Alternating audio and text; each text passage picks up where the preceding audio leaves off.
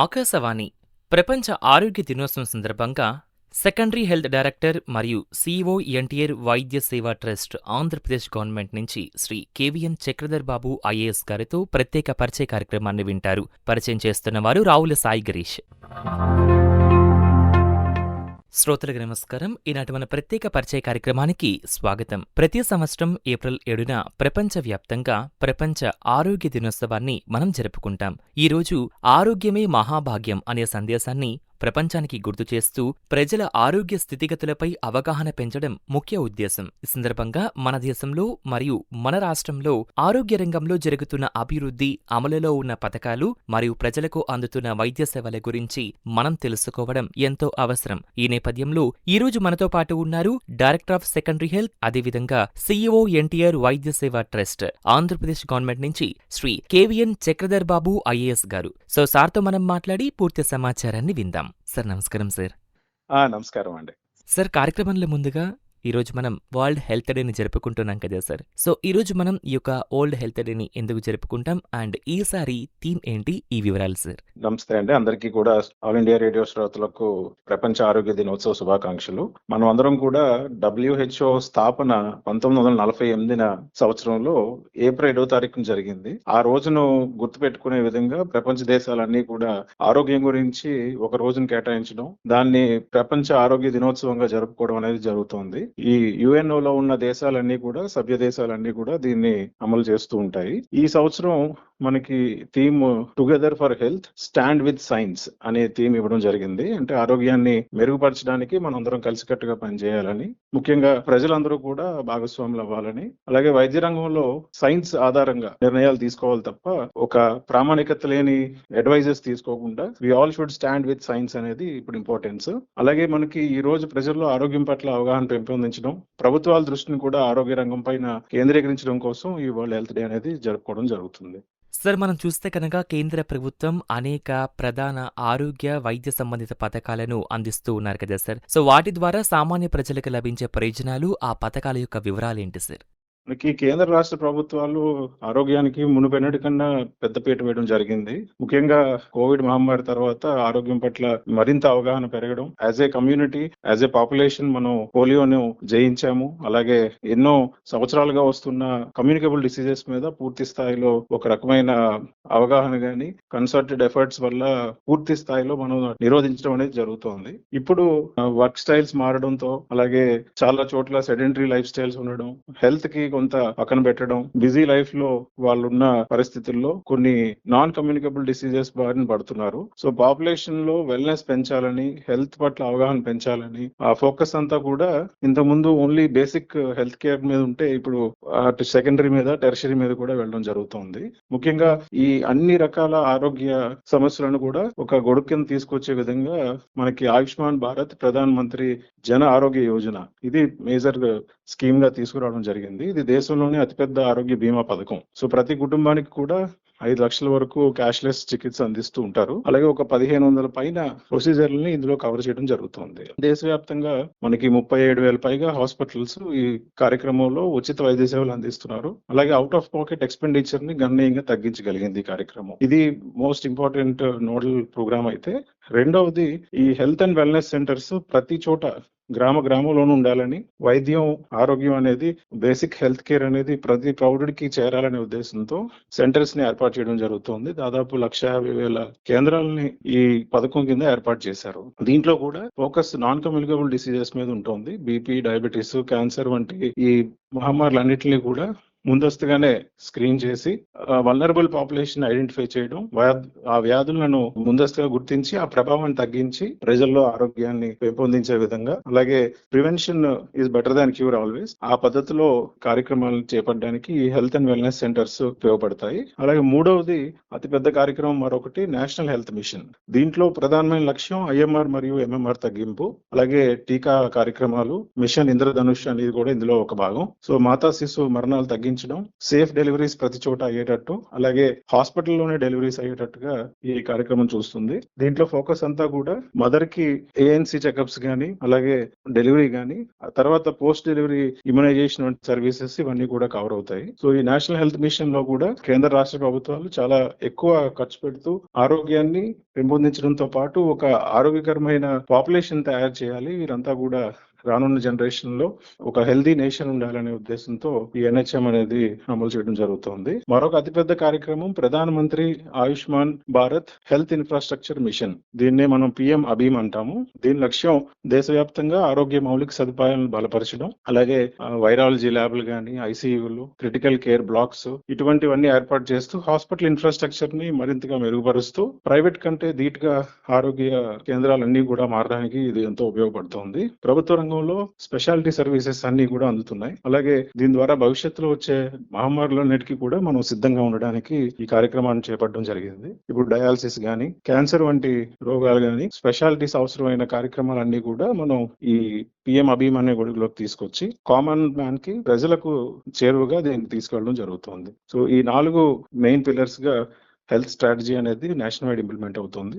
ఈ అన్నిట్లోనూ కూడా మనకి ఆబా అనేది ఒక కేంద్రీకృతమైన గుర్తింపుగా ఉంది. ప్రజలకి ఆధార్ అయితే ఎలా మనం ప్రతి ఒక్కరికి యూనిక్ ID ఇచ్చామో, అలాగే హెల్త్ పరంగా ఆయుష్మాన్ భారత్ హెల్త్ అకౌంట్ అనేది క్రియేట్ చేసి ఆ ఆబా ID ద్వారా మొత్తం అన్ని హెల్త్ సర్వీసెస్ ని ఇంటిగ్రేట్ చేయగలుగుతున్నాం. So ABDM Ayushman Bharat digital mission ఇది ఒక ఓవర్ ఆర్చింగ్ ఫీచర్ గా ఒక హెల్త్ రికార్డ్ క్రియేట్ అయితే అన్ని హాస్పిటల్స్ లోనూ యాక్సెస్ అయ్యేటట్టు, ఇటు గ్రామ స్థాయి నుంచి అటు దేశ స్థాయి వరకు ఏ హాస్పిటల్ కి వెళ్ళినా, ప్రైవేట్ గానీ గవర్నమెంట్ గానీ, ఈ స్కీమ్స్ అన్నిట్లోనూ వారికి ఎలిజిబిలిటీ ప్రకారం ఆ వైద్య సేవలు అందించే విధంగా ఈ కార్యక్రమాలు చేపట్టడం జరుగుతోంది. సార్, ఆరోగ్య సౌకర్యాల విస్తరణ కోసం కేంద్ర ప్రభుత్వం చేపడుతున్న కార్యక్రమాల వివరాలు తెలియజేస్తారా? ఈ ABDM అనేది ఒక digital health ID. So Ayushman Bharat digital machine ద్వారా ప్రవేశపెట్టిన ఈ డిజిటల్ హెల్త్ ఐడిని ఎలా అయితే మనం UPA అలాగే బ్యాంక్స్ ద్వారా మనం ఫైనాన్షియల్ సర్వీసెస్ ఎలా అందుకుంటున్నామో ఆధార్ ద్వారా, అలాగే ఈ ఆబా ద్వారా హెల్త్ ID ద్వారా ఒక యునిక్ గుర్తింపు ఆరోగ్యానికి సంబంధించి ఒక గుర్తింపు సంఖ్య అందించడం, అది ఆరోగ్య రికార్డులు అన్నింటినీ డిజిటల్ గా ఒక దగ్గర భద్రపరచడానికి పేషెంట్ హెల్త్ రికార్డ్స్ యొక్క సేఫ్టీ, సెక్యూరిటీ మరియు ప్రైవసీని దృష్టిలో పెట్టుకుని దీన్ని తయారు చేయడం జరిగింది. ఇది ఒక విప్లవాత్మకమైన వ్యవస్థగా చెప్పుకోవచ్చు. ఎక్కడో పాశ్చాత్య దేశాల్లో బాగా డెవలప్ అయిన కంట్రీస్ లో ఉండే ఈ వ్యవస్థను ఇంత పెద్ద పాపులేషన్ లో మన దేశమే తీసుకురావడం అనేది చాలా గొప్ప విషయం. దాదాపు 140 కోట్ల మంది జనాభాకి ఇంత పెద్ద ఎత్తున ఈ కార్యక్రమం చేపట్టడం అనేది చిన్న విషయం కాదు. ఈ ABDM లో ఆంధ్రప్రదేశ్ మొదటి నుంచి కూడా ముందంజలో ఉంది. ఆబా ఐడీస్ క్రియేషన్ లో గానీ, యూటిలైజేషన్ లో గానీ, అలాగే ఎలక్ట్రానిక్ హెల్త్ రికార్డ్స్ పెంపొందించడం, వాటిని మైగ్రేట్ చేసుకోవడం గానీ, అన్ని ఆస్పెక్ట్స్ లోనూ కూడా AP మొదటి నుంచి ముందుంది. దీనికి మనకి గుడ్ గవర్నెన్స్, ఇన్ఫ్రాస్ట్రక్చర్, అలాగే IT పట్ల ఫోకస్ ఉండడం, గౌరవ ముఖ్యమంత్రి గారు మొదటి నుంచి కూడా టెక్నాలజీకి ఇస్తున్న ఆ ఊతం వల్ల ఈ కార్యక్రమంలో కూడా మనం ముందంజలో ఉన్నాం. ఇది నిజంగా ఒక విప్లవాత్మకమైన తాజా కొత్త కార్యక్రమంగా మనం చెప్పుకోవచ్చు. అలాగే CCBలు క్రిటికల్ కేర్ బ్లాక్స్ ప్రతి జిల్లాలోనూ కూడా ICU నెట్వర్క్ ని ఏర్పాటు చేసినట్లు అయింది. దీని ద్వారా స్పెషలిస్ట్ డాక్టర్స్ గానీ, సపోర్టింగ్ స్టాఫ్ గానీ, దానికి కావాల్సిన ఎక్విప్మెంట్స్ గానీ ప్రతి జిల్లా కేంద్రంలోనూ, డిస్ట్రిక్ట్ హాస్పిటల్స్ లో, అలాగే మేజర్ ఏరియా హాస్పిటల్స్ లో కూడా CCBలు పెద్ద ఎత్తున వస్తున్నాయి. వీటికి అనుసంధానంగా ఎక్కడైతే ఇంకా స్పెషలిస్టులు అవసరం ఉంటారో, సూపర్ స్పెషలైజేషన్స్ అవసరం ఉంటాయో, వాటిని ఈ సంజీవని టెలిమెడిసిన్ ద్వారా మనం కోట్ల సంఖ్యలో ఈ కన్సల్టెన్సీ ద్వారా కూడా మెరుగైన వైద్య సేవలు అందించగలుగుతున్నాం. అంటే మన జిల్లా కేంద్రంలో ఒక సూపర్ స్పెషలిస్ట్ లేకపోయినా హైదరాబాద్, చెన్నై లాంటి నగరాల్లో ఉన్న వారితో కన్సల్ట్ చేసి ఇమీడియట్ గా మన దగ్గర ఉన్న పేషెంట్ కి ట్రీట్మెంట్ అందించే విధంగా ఈ సంజీవని టెలిమెడిసిన్ అనేది దోహదపడుతుంది. అలాగే వన్ హెల్త్ అప్రోచ్ అంటే అటు మనుషులకు గానీ, అటు యానిమల్స్ కి గానీ ఒక వ్యాధి నియంత్రణ ఎలా జరగాలి అనేది పూర్తి స్థాయిలో ఈ విధానం చేపడుతుంది. అంటే మొత్తం పాపులేషన్ స్కేల్లో చేయగలుగుతున్నాం. అటు గోట్ అండ్ షీప్ ఎలా చేస్తున్నారో, అలాగే క్యాటిల్స్ ఎలా చేస్తున్నారో, మన హెల్త్ పరంగా కూడా మైగ్రేషన్ ఉన్నప్పటికీ, పూర్ పీపుల్ ఉన్న ఎక్కడైనా గ్రామాల్లో అందుబాటులో లేని వాళ్ళు, వేరే చోటికి వలసలు వెళ్ళిన వాళ్ళు, సీజనల్ గా మారుతున్న వాళ్ళకి కూడా లొకేషన్ కి సంబంధం లేకుండా వారికి హెల్త్ నీడ్స్ కంటిన్యూస్ గా అందేటట్టు ఈ డిజిటల్ మిషన్ వల్ల కంటిన్యూయం అనేది ఏర్పడింది. వన్ హెల్త్ అప్రోచ్ అనేది వచ్చింది. ఇది మొట్టమొదటిసారి హెల్త్ లో ఒక పెద్ద ఎత్తున జరుగుతుందని చెప్పుకోవచ్చు. ఎందుకంటే ఇంత ముందు డేటా ఒక దగ్గర ఉండేది కాదు. Even medical and maternal child health లో కూడా మదర్ ప్రెగ్నెంట్ అయిన తర్వాత అమ్మవారి ఇంటికి వెళ్ళడం అనేది మనకి ఆనవాయితీ. సో చాలా చోట్ల హెల్త్ రికార్డ్స్ మిస్ అయ్యేవి. అత్తగారి ఇంట్లో కొంత డేటా ఉంటే, అమ్మగారి ఇంట్లో అది వేరే ఊర్లో ఉన్నప్పుడు అక్కడ కొంత డేటా ఉండేది. అలాగే అంగన్వాడీలో కొంత డేటా ఉండేది. పీహెచ్‌సిలో కొంత ఉండేది. ఏఎన్ఎం దగ్గర కొంత ఉండేది. సో, ఇలా మల్టిపుల్ సోర్సెస్‌లో ఆ మదర్ డేటా ఉన్నప్పటికీ, ఎక్కడ తనుంది, తన హెల్త్ ఎలా ఉంది, ఏ ట్రైమెస్టర్‌లో ఎలా ప్రోగ్రెస్ ఉంది, వెయిట్ గెయిన్ గాని, చైల్డ్ యొక్క డెవలప్‌మెంట్ ఎలా ఉందనేది తెలుసుకోవడం చాలా కష్టంగా ఉండేది. అటువంటిది ఇప్పుడు ఈ డిజిటలైజేషన్ ద్వారా end to end one health approach ద్వారా ఆబా డీఎం ద్వారా మన ఆబా ఐడి ద్వారా పూర్తి స్థాయిలో ట్రాక్ చేయగలుగుతున్నాం. తద్వారా మాతా శిశు మరణాలు అనేది చాలా గణనీయంగా తగ్గించగలిగాం. సో మదర్ ఎక్కడున్నా, ఫిజికల్ గా ఎక్కడున్నా హెల్త్ పారామీటర్స్ అనేది కంటిన్యూస్ గా తనతో కూడా వెళ్ళేటట్టుగా ఈ సిస్టమ్ డిజైన్ చేయడం జరిగింది. సరే, మనందరికీ తెలిసిందే కోవిడ్-19. సో ఈ మహమ్మారి మనకి అనేక సవాళ్లను తెచ్చిపెట్టింది, ముఖ్యంగా ఆరోగ్య రంగంలో. మనకి సెంట్రల్ అండ్ స్టేట్ గవర్నమెంట్స్ ఏం చేశాయంటే ఆరోగ్య రంగంలో అనేక పరిపాలనా సంస్కరణలను తీసుకురావడం జరిగింది. సరే, ఇప్పుడు మనం మాట్లాడుకుందాం కోవిడ్-19 తర్వాత మనకు వచ్చిన హెల్త్ రీఫార్మ్స్ కి సంబంధించిన వివరాలు. సో గ్లోబలైజేషన్ ద్వారా ఎక్కడో వచ్చిన ఒక డిసీజ్, ఒక కమ్యూనికబుల్ డిసీజ్ కానీ, వైరస్ స్ప్రెడ్ కానీ పాండమిక్ స్థాయిలో ఎలా ఉంటుందనేది రీసెంట్ గా మనం ఈ కోవిడ్-19 ద్వారా చూడడం జరిగింది. ఎక్కడో జనరేట్ అయిన virus within no time మన ఇంట్లోకి రావడం, మన తెలిసిన వాళ్ళందరికీ సోకడం, అలాగే ఒకేసారి ఎంటైర్ హెల్త్ సిస్టమ్ మీద ఆ స్ట్రెస్ పడడం అనేది చూసాం. సో మన హాస్పిటల్స్ యొక్క ప్రిపేర్డ్నెస్ ఎలా ఉందనేది కూడా మొత్తం దేశానికి అర్థమయ్యే పరిస్థితి వచ్చింది. ఆక్సిజన్ లో కానీ, బెడ్స్ లో కానీ, క్రిటికల్ కేర్ లో కానీ, ఈవెన్ అవైలబిలిటీ ఆఫ్ డాక్టర్స్ కానీ, సపోర్టింగ్ స్టాఫ్ కానీ, వాళ్ళ ఎక్విప్మెంట్స్ కానీ, అలాగే వ్యాక్సిన్ తయారీలో మనకున్న స్ట్రెంగ్త్స్ కానీ, ఇలా ఒక రకమైన ఛాలెంజ్ అనే చెప్పుకోవాలి. దీన్ని మన దేశ ప్రధాని గారి ఆధ్వర్యంలో అన్ని రాష్ట్రాలు కూడా ఛాలెంజింగ్ గా తీసుకుని ఆ టైంలో పూర్తి స్థాయిలో మన పాపులేషన్ ని సేవ్ చేయగలిగారు. ఒకవైపు డెత్స్ జరిగినప్పటికీ కూడా ఎన్నో కంట్రీస్ కి మనం తిరిగి వ్యాక్సిన్ ఇచ్చే పరిస్థితికి వచ్చాం. సో సైన్స్ ఒకవైపు డెవలప్ అవుతూనే మరొక వైపు మనకున్న స్ట్రెంగ్త్స్, హెచ్ఆర్ గానీ, క్వాలిఫైడ్ డాక్టర్స్ గానీ, అలాగే ఒకవైపు మెడికల్ కాలేజీలు పెంచగలిగాము, డాక్టర్స్ యొక్క సంఖ్యను పెంచగలిగాము, పారామెడికల్ ఇంటేక్ పెరిగింది, హాస్పిటల్స్ లో ప్రతి వేకెన్సీని ఫిలప్ చేయగలుగుతున్నాం. దీంతో పాటు పబ్లిక్ హెల్త్ లో కూడా ఒక రకమైన అవగాహన రావడం, పబ్లిక్ కి కూడా హెల్త్ పట్ల హెల్త్ సీకింగ్ బిహేవియర్ ఇంప్రూవ్ అవ్వడం, ఇదివరకు నిర్లక్ష్యంగా వ్యవహరించే వాళ్ళు కూడా అన్ని రకాల పరీక్షలు చేసుకుని ముందస్తుగానే ఆరోగ్యం పట్ల శ్రద్ధతో హాస్పిటల్స్ రావడం, చూపించుకోవడం అనేది జరుగుతోంది. అలాగే పబ్లిక్ హెల్త్ సర్విలెన్స్ అనేది డేటా సిస్టమ్ అనేది మొట్టమొదటిసారి వచ్చింది. ఈ డిసీజ్ సర్విలెన్స్ వ్యవస్థ బాగా బలోపేతం అయింది. ఈ వ్యాధుల యొక్క పర్యవేక్షణ అనేది కూడా ఇంప్రూవ్ అయింది. అలాగే కోవిడ్ తర్వాత ఈ డిజిటల్ హెల్త్ టెక్నాలజీ బాగా పెరిగింది. మనకి ఇంపార్టెన్స్ ఆఫ్ ట్రాకింగ్, సర్విలెన్స్ అనేది తెలిసింది. ఇలాగే మనకి లాక్డౌన్ చేశారు, ఏరియా వైజ్ మ్యాపింగ్ చేయగలిగారు, హాట్ స్పాట్స్ కనుక్కోగలిగాం. సో దీని ద్వారా ఒక ఫోకస్డ్ అప్రోచ్, జోగ్రఫీ గానీ, పబ్లిక్ యొక్క డెమోగ్రఫిక్ హెల్త్ ప్రొఫైల్ గానీ, వారికి ఉన్న క్రానిక్ కండిషన్స్ గానీ, కోమార్బిడిటీస్ గానీ, అలాగే ఇతర వేరే పారామీటర్స్ ద్వారా హెల్త్ ఎలా మారుతుందనే ఒక కాంప్రహెన్సివ్ అవగాహన పబ్లిక్ అందరికీ వచ్చింది. ఒక రకంగా చెప్పాలంటే సోషల్ అండ్ ప్రివెంటివ్ మెడిసిన్ అనేది ఎంత ఇంపార్టెంట్ అనేది అందరికీ తెలిసింది. ఇటువంటి పరిస్థితుల్లో ఒకవైపు కమ్యూనిటీ లెవెల్లో, పాపులేషన్ లెవెల్లో హెల్త్ గురించి ఫోకస్ పెరగడంతో పాటు కోవిడ్ తర్వాత ఈ డిజిటల్ హెల్త్ టెక్నాలజీ అనేది ఫోర్ ఫ్రంట్ కి వచ్చింది. సో అన్ని హాస్పిటల్స్ కూడా డిజిటైజ్ అయ్యాయి, అన్ని హెల్త్ రికార్డ్స్ డిజిటైజ్ అయ్యాయి. వాళ్ళ ఇన్సూరెన్స్ గానీ, అలాగే ట్రీట్మెంట్స్ గానీ, ల్యాబ్ టెస్ట్లు గానీ, ప్రతిది కూడా ఒక కామన్ సోర్స్ లో ఒక హెల్త్ రిపోజిటరీ లాగా మనం తయారు చేయగలిగాము. ప్రతి ఒక్కరికి హెల్త్ యాప్స్ ద్వారా మొబైల్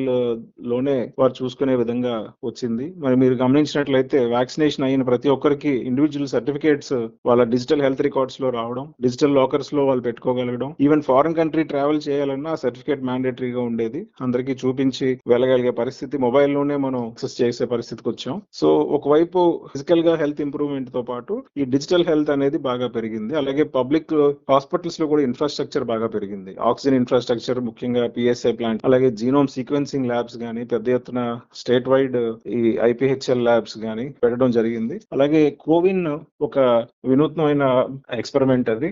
సో ఎక్కడికి వెళ్ళినా సరే మీతో పాటు మీ డిజిటల్ హెల్త్ రికార్డ్స్ వెళ్లే విధంగా ఈ యాప్ అనేది తీసుకొచ్చారు. దీన్నే మనం ఇప్పుడు అన్ని రకాల ఇమ్యునైజేషన్ కి వాడుతున్నాం. దీనివల్ల భవిష్యత్ మహమ్మారులకు మనం ఎంత సిద్ధంగా ఉన్నాము అనే ఒక పారామీటర్ లో చూసినట్లయితే ఆల్మోస్ట్ 5 to 6 times బెటర్ గా ఇంప్రూవ్ అవ్వగలిగాం. హెచ్ఆర్ గా గానీ, హెల్త్ రికార్డ్స్ లో గానీ, డిజిటల్ గా గానీ, ఫిజికల్ గా గానీ, అలాగే అవేర్నెస్ పరంగా గానీ ఒక రకంగా ఇది డిజాస్టర్ నుంచి మనం ఆపర్చునిటీగా మార్చుకుని హెల్త్ ని ఎవరు నెగ్లెక్ట్ చేయకూడదు అనే పరిస్థితికి ఈ కోవిడ్ తీసుకొచ్చిందనే చెప్పాలి. సార్ ఇంతవరకు మనమైతే సెంట్రల్ సెక్టార్‌కి సంబంధించి పూర్తిగా మనం మాట్లాడుకున్నాం కదా సార్. ఇప్పుడు మనం మన స్టేట్‌కి వస్తే కనుక మన ఆంధ్రప్రదేశ్‌లో అమలులో ఉన్న ఆరోగ్య పథకాలు వాటి యొక్క వివరాలు సార్. మనకి ఆంధ్రప్రదేశ్‌లో చూసినట్లయితే గౌరవ ముఖ్యమంత్రి గారు, అలాగే ఆరోగ్య శాఖ మంత్రి గారు హెల్త్‌ని ఒక క్యూరేటివ్ అప్రోచ్ నుంచి ప్రివెంటివ్ అప్రోచ్‌గా మార్చాలని, ఏదో ఒక డిసీజ్ వస్తే వెళ్లి తగ్గించుకున్నాము, అప్పటికున్న ఎపిసోడ్ క్లోజ్ అయింది అన్నట్టు కాకుండా వాటి మూలాల్లోకి వెళ్తూ అసలు కాజ్ ఏంటి, దాన్ని ఎలా ఎఫెక్ట్ చేయాలి, మనం మళ్ళా రాకుండా ఎలా చేయాలి, పాపులేషన్ లెవెల్లో ఈ డిసీజెస్ ఎక్కడెక్కడ ప్రబలుతున్నాయి, ఎందుకు వస్తున్నాయి, వాటిని ఎలా మనం అరికట్టొచ్చు, అలాగే ఇటువంటివి రాకుండా కూడా ఎటువంటి ముందు జాగ్రత్త చర్యలు చేసుకోవాలి అనే పద్ధతిలో ముందుకు వెళ్తున్నాము. దాదాపు 12 మంది అంతర్జాతీయ స్థాయిలో నిపుణులను కూడా ఒక హై లెవెల్ అడ్వైజరీ గ్రూప్ గా ఫార్మ్ చేసుకోవడం, వారిచ్చిన ఇన్పుట్స్ తో పూర్తి స్థాయిలో డిజిటల్ టెక్నాలజీని వాడుతూ సెక్రటరీ గారు, అలాగే నేషనల్ హెల్త్ మిషన్ ద్వారా కూడా, ఏబిడిఎం ద్వారా కూడా పూర్తిగా ఆన్లైన్ పద్ధతిలో, మునుపెన్నడూ లేని పద్ధతిలో పెద్ద ఎత్తున డిజిటైజేషన్ జరుగుతోంది. అలాగే క్వాలిటీ, యాక్సెసిబిలిటీ, ఈ టెక్నాలజీ డ్రివెన్ హెల్త్ కేర్ అనేది ఇప్పుడు ముందుకు వచ్చింది. ఇప్పుడు ఉన్న మూస్ పద్ధతిలో కాకుండా complete end to end digitisation తో ఈవెన్ గ్రామ స్థాయిలో కూడా ఒక అంబులెన్స్ గానీ, ఒక హాస్పిటల్ అడ్మిషన్ గానీ, ఈవెన్ ఏఎన్ఎం తో గ్రామ సచివాలయంలో గానీ ఎక్కడైనా టచ్ పాయింట్ వస్తే అక్కడి నుంచి పూర్తి స్థాయిలో టెర్షరీ వరకు కంప్లీట్ ఫాలో అప్ అనేది ఇప్పుడు సాధ్యమైంది. ఎక్కడైనా సిటిజన్ మాకు హెల్త్ సర్వీస్ అవసరం అని ఈవెన్ వాట్సాప్ లో పెట్టగలిగిన మనం ట్రాక్ చేస్తూ ఆ కేసు కంప్లీట్ గా హెల్త్ ఇండికేటర్స్ అన్ని ఇంప్రూవ్ అయ్యే వరకు కూడా ఫాలో అప్ చేయగలుగుతున్నాం. ఈవెన్ క్రానిక్ కేసెస్ లో continuous follow up, regular medication అన్ని కూడా ఇంటిగ్రేట్ అయ్యాయి. ఈ ఔషధి ద్వారా హాస్పిటల్స్ లో వారికి మెడిసిన్ అందించడం, ఇలా ఈ వన్నెస్ వెల్నెస్ అనేది బాగా పూర్తిగా వెళ్తోంది. అలాగే ఎన్టీఆర్ వైద్య సేవ చూసినట్లయితే పూర్తిగా బలోపేతం చేస్తూ పునరుద్ధరణ వైపు వెళ్తోంది. పేదలకు ఉచిత వైద్య సేవలు మరింతగా విస్తరించాలని, అలాగే ఒక ప్రభుత్వ ప్రాయోజిత ఆరోగ్య బీమా పథకాన్ని ఇంత పెద్ద ఎత్తున వేరే ఏ రాష్ట్రం చేపట్టలేదు. ఇది బీపీఎల్ కింద ఉన్న ప్రతి కుటుంబానికి సంవత్సరానికి 25 లక్షల వరకు మనం క్యాష్లెస్ చికిత్సను అందిస్తున్నాం. సో ఇంత స్ప్రెడ్ గానీ, ఇంత డెప్త్ గానీ వేరే ఏ స్టేట్ లో లేదంటే అది అతిశయోక్తి కాదు. చాలా చోట్ల మనల్ని చూసి ఈ కార్యక్రమం స్టార్ట్ అయినప్పటికీ ఇన్ని డిసీజెస్ కవర్ అవ్వట్లేదు, అలాగే ఇంత అమౌంట్ ఇవ్వట్లేదు. ఇటువంటి కార్యక్రమం కూడా మన రాష్ట్రంలోనే జరుగుతుంది. అలాగే పిహెచ్సిస్ చూసుకుంటే మీరు చాలా వరకు 24/7 కి అప్గ్రేడ్ అవుతూ వస్తున్నాయి. ఇంతవరకు ఓన్లీ నిర్ణీత సమయాల్లో మాత్రమే పిహెచ్సిలు అందుబాటులో ఉండేవి. అటువంటివి ఈ 24/7 పిహెచ్సిలు పెరగడం, అక్కడ కూడా డెలివరీస్ చేయగలగడం. అలాగే మీరు సెకండరీ హెల్త్ చూసినట్లయితే అన్ని సెకండరీ హెల్త్ హాస్పిటల్స్ లో కూడా దాదాపు 12 నుంచి 16 స్పెషాలిటీస్ మనం పూర్తి స్థాయిలో పెట్టగలిగాం. ఆ డాక్టర్స్ అందరూ కూడా అందుబాటులో 24/7 సేవలు అందిస్తున్నారు. ఈవెన్ మేజర్ సర్జరీస్ కూడా మనకి చిన్న చిన్న కేంద్రాల్లోనే జరుగుతున్నాయి. సిహెచ్సిలోను, ఏరియా హాస్పిటల్స్ లోను, డిస్ట్రిక్ట్ హాస్పిటల్స్ లో కూడా. అలాగే క్యాన్సర్ వంటి రోగాలకు కూడా జిల్లా హెడ్ క్వార్టర్ కి వెళ్లకుండా నియరెస్ట్ ప్లేస్ లో జరిగే విధంగా ఈ ట్రామా కేర్ సెంటర్స్, అలాగే క్యాన్సర్ కేర్ సెంటర్స్, ఈవెన్ సిహెచ్సిలో కూడా పెట్టగలిగాము. అలాగే మీరు చూసినట్టయితే ఈ డయాలసిస్ వంటివి చాలా ఫ్రీక్వెంట్ గా వారు ట్రావెల్ చేయాల్సిన అవసరం లేకుండా నియరెస్ట్ లొకేషన్స్ లో అన్ని గవర్నమెంట్ హాస్పిటల్స్ లో ఈ కేంద్రాలు ఏర్పాటు చేశాం. లాస్ట్ 2 years లో almost 3 times number of beds extra add చేయగలిగాము. రాష్ట్ర ప్రభుత్వం ఇస్తున్న సహకారంతో కేంద్ర ప్రభుత్వం నిధులను కూడా పూర్తిగా వాడుకుంటూ ఈ డయాలసిస్ ప్రోగ్రామ్ జరుగుతుంది. అలాగే ఫ్రీ డయాగ్నోసిస్, డ్రగ్ పాలసీ కూడా అన్ని హాస్పిటల్లో అమలు అవుతున్నాయి. ఉచితంగా టెస్టులు నిర్వహించడం, మందులు ఇవ్వడం ఇది బాగా ఎక్కువ పెరిగింది. లాస్ట్ 3-4 years గా మీరు అబ్జర్వ్ చేస్తే యావరేజ్ పరంగా 30-40% ఎక్సెస్ ఇప్పుడు మెడిసిన్స్ తీసుకోవడం, టెస్టులు తీసుకోవడం జరుగుతుంది. సో యాజ్ ఏ పాపులేషన్ లో కూడా అవేర్నెస్ పెరగడం వల్ల ఇది ఒక పరిణామంగా మనం చెప్పుకోవచ్చు. అలాగే పీపీపీ మోడల్ మొట్టమొదటిసారిగా ప్రైవేట్ రంగ భాగస్వామ్యంతో మరింత నాణ్యమైన సేవలు ప్రజలకు అందించే విధంగా ఇది తీసుకురావడం జరిగింది. మీరు డిహెచ్ చిత్తూరు చూస్తే అపోలో వారి సహకారంతో ఆ 300 బెడెడ్ హాస్పిటల్ ని ఇప్పుడు 850 బెడెడ్స్ హాస్పిటల్ గా చేయగలిగాం. అన్ని ఫెసిలిటీస్ కూడా చిత్తూరు జిల్లా కేంద్రంలో అందుతున్నాయి. సో ఇటువంటి పీపీపీ మోడల్ అనేది కూడా పెద్ద ఎత్తున ముందుకెళ్తోంది. అలాగే ఎమర్జెన్సీ సర్వీసెస్ 108, 104 కూడా బాగా బలోపేతం అయ్యాయి. నెంబర్ ఆఫ్ వెహికల్స్ పెరిగాయి, ఫ్లీట్ సైజ్ పెరిగింది, టర్న్ అరౌండ్ టైం బాగా తగ్గించగలిగాం. విత్ ఇన్ 10 to 12 minutes ఎటువంటి రిమోట్ లొకేషన్ లో అయినా అంబులెన్స్ చేరే విధానాన్ని పూర్తిగా తీసుకురావడం, అక్కడ వెంటనే ట్రామాలను హ్యాండిల్ చేయడం, క్రిటికల్ కేసెస్ ని సేవ్ చేయడం అనేది జరుగుతుంది. అలాగే స్టెమీ కార్యక్రమం మీరు గమనించినట్లయితే ఫస్ట్ 1 గోల్డెన్ అవర్ లో హార్ట్ అటాక్ లాంటి కేసెస్ ని కూడా ప్రివెంట్ చేసే పరిస్థితి వస్తుంది. థ్రాంబలైజ్ చేసి పేషెంట్ స్టెబిలైజ్ చేసి అప్పుడు టెర్షియరీ కేర్ సెంటర్స్ పంపిస్తున్నాము. ఈవెన్ జిల్లా హాస్పిటల్స్ లోను సిహెచ్సి లో కూడా ప్రతి చోట దాదాపు 40-45 వేల రూపాయలు విలువ చేసే ఈ ఇంజెక్షన్ ని ప్రతి హాస్పిటల్లోనూ అందుబాటులో పెట్టడం జరిగింది. సో ఇలా చాలా వినూత్నంగా ఆంధ్రప్రదేశ్ లో ఆరోగ్య పథకాలు అమలవుతున్నాయి. వీటన్నిటిని కూడా ఎప్పటికప్పుడు గౌరవ ముఖ్యమంత్రి గారు స్వయంగా పర్యవేక్షిస్తున్నారు. ఆల్మోస్ట్ మంత్లీ 3 to 4 రివ్యూస్ ఆయన స్వయంగా తీసుకోవడం, అలాగే ప్రజల నుంచి కూడా ఇవి ఎలా అందుబాటులో ఉన్నాయి, వాటి పనితీరు ఎలా ఉందనేది IVRS విధానం ద్వారా నేరుగా వారిని కనుక్కొని ఆ ఫీడ్బ్యాక్ ద్వారా ప్రతి హాస్పిటల్ ని కూడా రివ్యూ చేయడం జరుగుతుంది. అక్కడ శానిటేషన్ సర్వీసెస్ గానీ, హెల్త్ సర్వీసెస్ గానీ, డాక్టర్స్ ఎలా అందుబాటులో ఉంటున్నారా లేదా, వారి వైద్యం ఎలా ఉంది, టెస్ట్లు ఎలా ఉంటున్నాయి, అలాగే మెడిసిన్స్ అవైలబిలిటీ ఎలా ఉంది, ప్రతి అంశాన్ని కూడా కూలంకషంగా హైయెస్ట్ లెవెల్లో రివ్యూ జరగడం అనేది నిజంగా గొప్ప విషయం. దీనివల్ల హెల్త్ సిస్టమ్ బాగా ఇంప్రూవ్ అవుతుంది. అలాగే మనం రిజల్ట్స్ కూడా చూస్తున్నాం. చాలా hospitals national wide quality assurance standards లో మనం ముందుండడం, ఈ ఎన్క్వాస్ సర్టిఫికేషన్స్ ఎప్పుడు లేని విధంగా ఇప్పుడు మన హాస్పిటల్స్ వస్తున్నాయి. ఎంతో ప్రతిష్టాత్మకంగా స్వర్ణాంధ్ర స్వచ్ఛాంధ్ర కార్యక్రమం కూడా జరుగుతోంది. ప్రతి హెల్త్ ఫెసిలిటీలో కూడా విజిబుల్ గా కనపడుతుంది importance of sanitation, public health అనేది ప్రతి ఆస్పెక్ట్ లోనూ మనం ఇంప్లిమెంట్ చేస్తున్నాము. బయోమెడికల్ వేస్ట్ మేనేజ్మెంట్ గానీ, ఎవ్రీ 24 hours బెడ్ మేనేజ్మెంట్ గానీ, షిఫ్ట్ మేనేజ్మెంట్ గానీ ప్రతిదీ కూడా ఇంప్రూవ్ అయింది.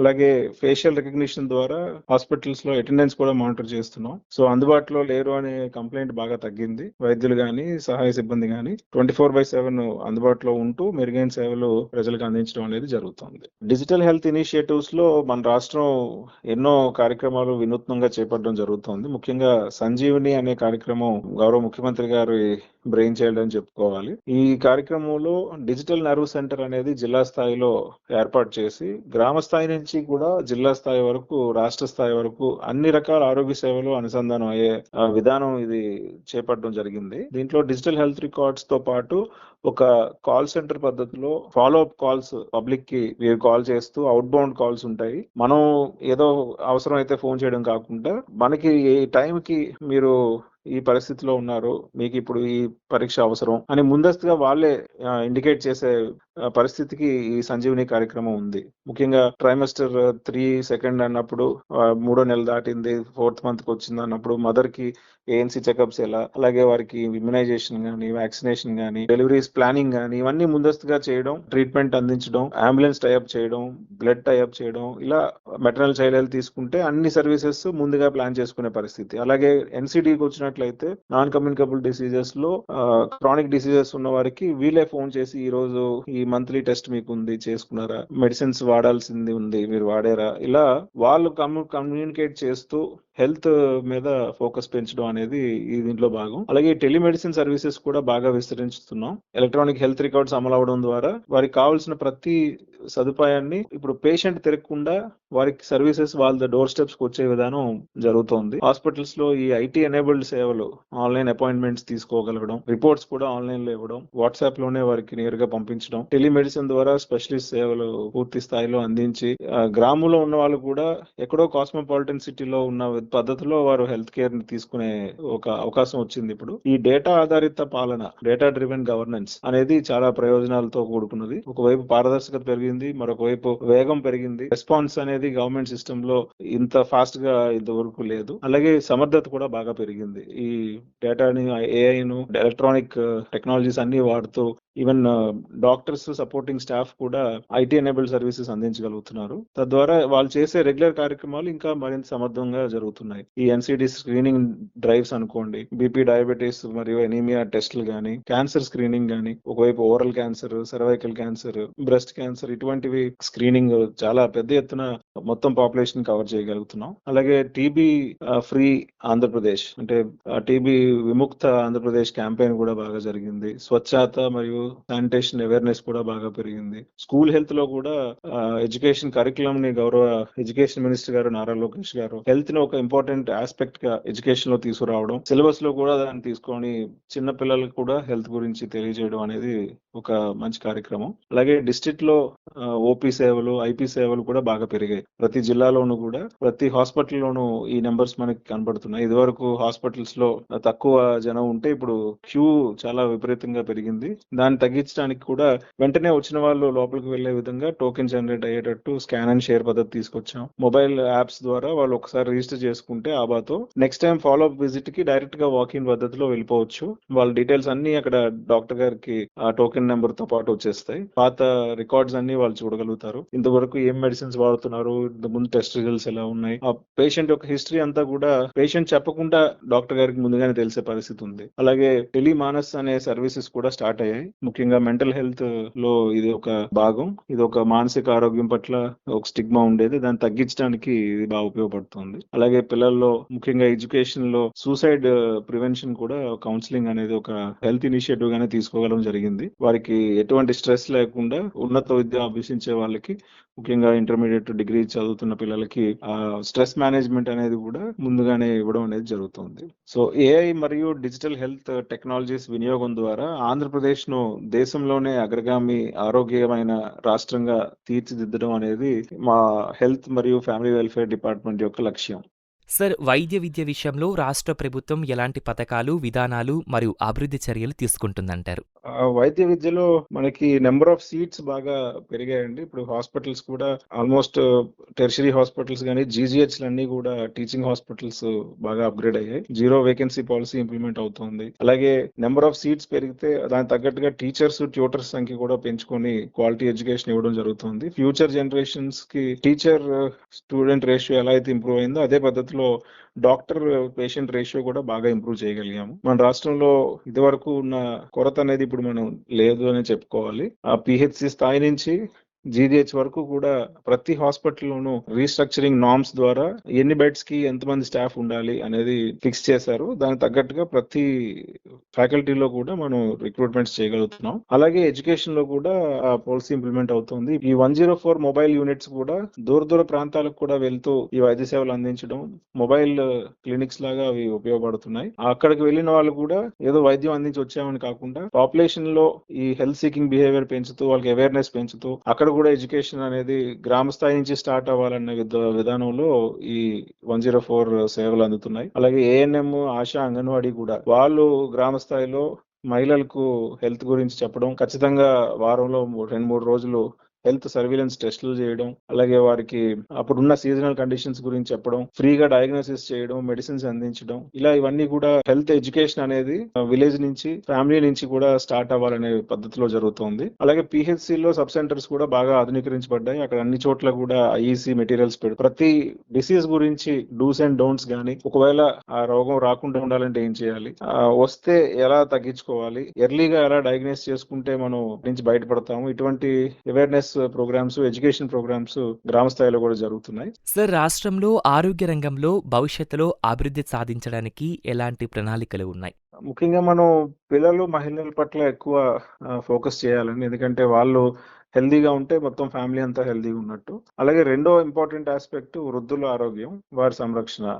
సో వీటి పట్ల ప్రత్యేకమైన పథకాలు తీసుకొస్తున్నారు. ఐసిడిఎస్ గానీ, మిడ్ డే మీల్ స్కీమ్ పథకం గానీ, పిల్లలకి స్కూల్లో హెల్త్ చెకప్స్ గానీ, అలాగే స్కూల్ హెల్త్ ప్రోగ్రామ్స్, ఇవన్నీ కూడా ఫ్యూచర్ జనరేషన్ హెల్తీగా ఉండాలనే పద్ధతిలో నడుస్తోంది. అలాగే మహిళలకు కూడా వారు గర్భిణీ స్త్రీలుగా ఉన్నప్పటి నుంచి ఉచిత వైద్య సేవలు అందించడం, అలాగే ఆసుపత్రిలో ప్రసవాలు అయ్యేలా చూడడం, పరీక్షలు చేయడం, టీకాలు ఇవ్వడం, రక్తహీనత అనేది బాగా ఎక్కువగా ఉంటుంది. అది తగ్గించే విధంగా అవేర్నెస్ ప్రోగ్రామ్స్ గానీ, ఐఎఫ్ఏ టాబ్లెట్స్ ఇవ్వడం గానీ, ఈవెన్ అడాలసెంట్ స్టేజ్ నుంచి కూడా మనకి గర్ల్స్ ని వారి హెల్త్ గురించి, మెన్స్ట్రువల్ హెల్త్ గురించి గానీ, ఎనీమియా తగ్గించడానికి గానీ కార్యక్రమాలు జరుగుతున్నాయి. సార్, ప్రజల ఆరోగ్య సమస్యల కోసం వాటి యొక్క పరిష్కారానికి మనకి ఉన్న హెల్ప్ లైన్లు ఉన్నాయంటారు?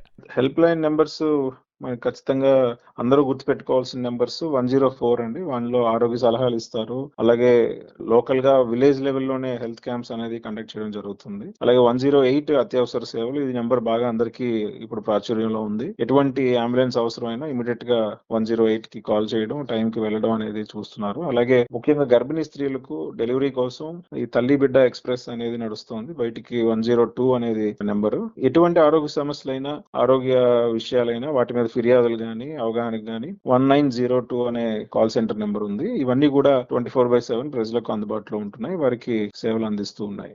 సార్, కార్యక్రమంలో చివరిగా ఈరోజు ప్రపంచ ఆరోగ్య దినోత్సవం సందర్భంగా మన ఆకాశవాణి శ్రోతలకు మీరందించే సందేశం. మనకి మొదటి నుంచి కూడా ఎప్పటి నుంచో ఉన్న నానుడి ఆరోగ్యమే మహాభాగ్యం అంటారు. సంపదలు ఉన్నప్పటికీ కూడా ఆరోగ్యం లేకపోతే అది పూర్తిగా అనుభవించే పరిస్థితి ఉండదు. కాబట్టి అందరూ కూడా ఏ వయసుతో సంబంధం లేకుండా జెంట్స్ గాని, లేడీస్ గాని, పిల్లలు గాని ప్రతి ఒక్కరూ కూడా ఆరోగ్యం పట్ల శ్రద్ధ చూపించాలి. ఆరోగ్యానికి ప్రతిరోజు ఎంతో కొంత సమయం కేటాయించగలగాలి. సార్, ఇంతవరకు ఈనాటి మన ప్రత్యేక పరిచయ కార్యక్రమంలో మీరు పాల్గొని ప్రపంచ ఆరోగ్య దినోత్సవం సందర్భంగా సెంట్రల్ అండ్ స్టేట్ గవర్నమెంట్స్ అందిస్తున్న వివిధ ఆరోగ్య పథకాలకు సంబంధించిన పూర్తి సమాచారం మన ఆకాశవాణి శ్రోతలకు మీరు అందించినందుకు మీకు మరోసారి ధన్యవాదాలు సార్. థ్యాంక్ యూ అండి.